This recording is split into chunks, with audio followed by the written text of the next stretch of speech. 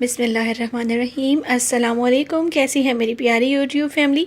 I hope कि सब ठीक ठाक होंगे। और समर्स जो है ना वो तो छा गए हैं और बहुत ज़्यादा हब्स का मौसम है। शदीद किचन में जाने का बिल्कुल दिल नहीं है, लेकिन फिर भी आपके लिए लेकर आई हूँ बहुत ज़बरदस्त सी रेसिपी।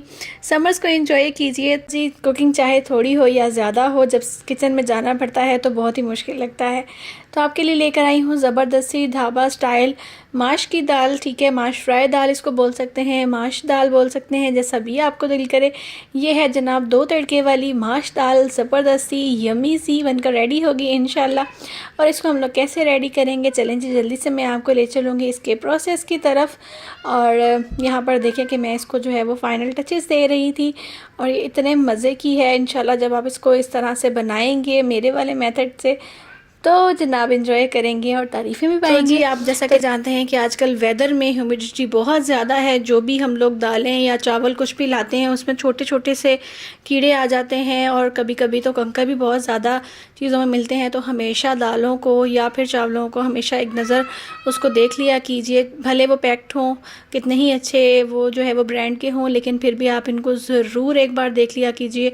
और मेरे साथ भी आज ऐसा ही हुआ था कि बाय चांस जो है वो काफ़ी ज़्यादा इसके अंदर से कंकर भी निकले और छोटे छोटे कीड़े भी थे। वो आई गेस शायद मौसम की वजह से थे। तो मैंने दाल को जो है वो अच्छी तरह भिगो दिया है। इसमें 2 लीटर पानी ऐड किया है। इसमें ऐड कर दी है ½ टीस्पून हल्दी और 1 चम्मच जो है मैंने इसके अंदर डाल दिए हैं मिले जुले मिक्स मसाला जात। ठीक है जी। और इसमें जाएगा जी ½ टीस्पून सुरख मिर्च का पाउडर और इसके साथ ही ½ टेबल स्पून इसके अंदर जाने वाला है जनाब नमक। ठीक है जी। ये तो हैं कुछ बेसिक्स है मसाला जात। अब इसको जनाब कवर करके हम लोग इतना पकाएंगे कि दाल जो है वो गल जाए अच्छी तरह से और इसका जो पानी है वो इसके अंदर ही ड्राई हो जाए।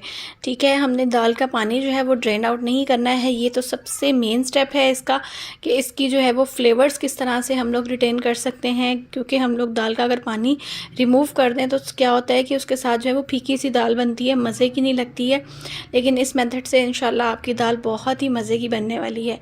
तो यहाँ पर मैंने ले लिया है 1½ कप ऑयल और यहाँ पर जो है वो मैंने सरसों का तेल इस्तेमाल किया है। सरसों के तेल को इस्तेमाल करने का तरीका मैं आपको वीडियो में डिटेल से शेयर कर चुकी हूँ।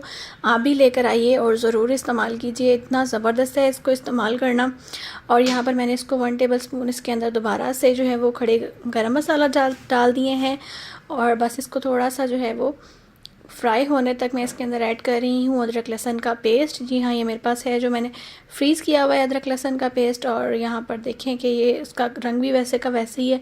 तो आप भी मेरे मेथड को ट्राई कीजिएगा, चैनल पर रेसिपी मौजूद है, उसको विज़िट कीजिएगा और आप देखिएगा कि कितने ज़बरदस्त तरीके से आप इसको फ्रीज़ आउट कर सकते हैं और उसके बाद लेटर ऑन इसको यूज़ कैसे कर सकते हैं।